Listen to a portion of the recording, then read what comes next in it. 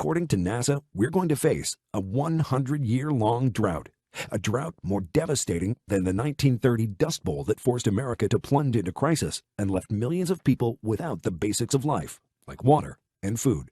People think the drought from the past 15 years in California is a big deal, when in fact, it's only the beginning. The coming drought is so big that it's going to affect the entire continent, from Mexico to Canada, and it doesn't have anything to do with the global warming hoax, but with a strange weather pattern that happens once every 1,000 years. And the worst part is, this drought will crush the American civilization because we're completely unprepared. My name is John Gilmore, and in this short presentation, I'll explain why the mainstream ways for finding or storing water to quench your family's thirst will be useless in the coming 100-year drought.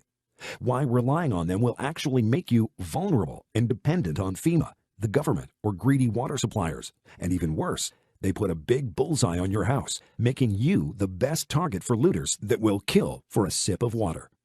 And I'll also give you the answer for all these problems. A surprising invention from the Israeli army that makes water out of thin air, even in the desert.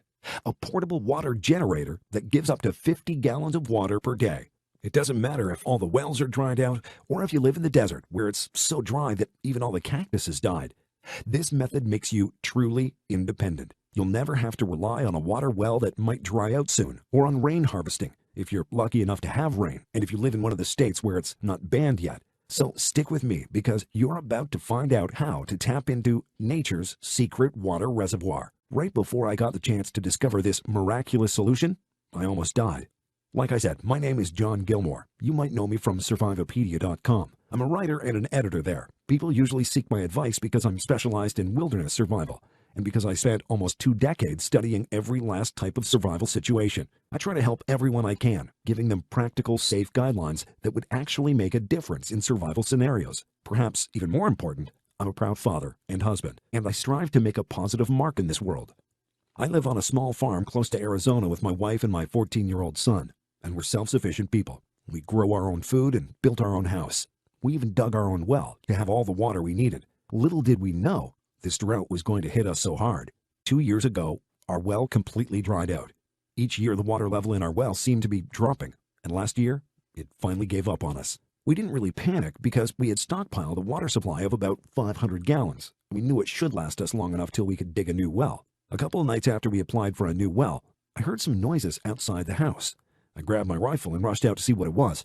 I couldn't believe what I was seeing. There were 2 men loading our water barrels into their truck.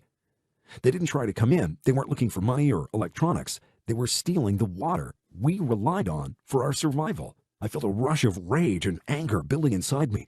I felt I could shoot them both right there on my property. But before I could aim my rifle, I felt the cold barrel of a gun pressed upon my neck. "Sorry, pal. We're taking your water." It was a third robber, and he was probably on the lookout. I got caught up in the moment, and I didn't see he was sneaking up behind me. Before I had the chance to say anything, he hit me with his gun.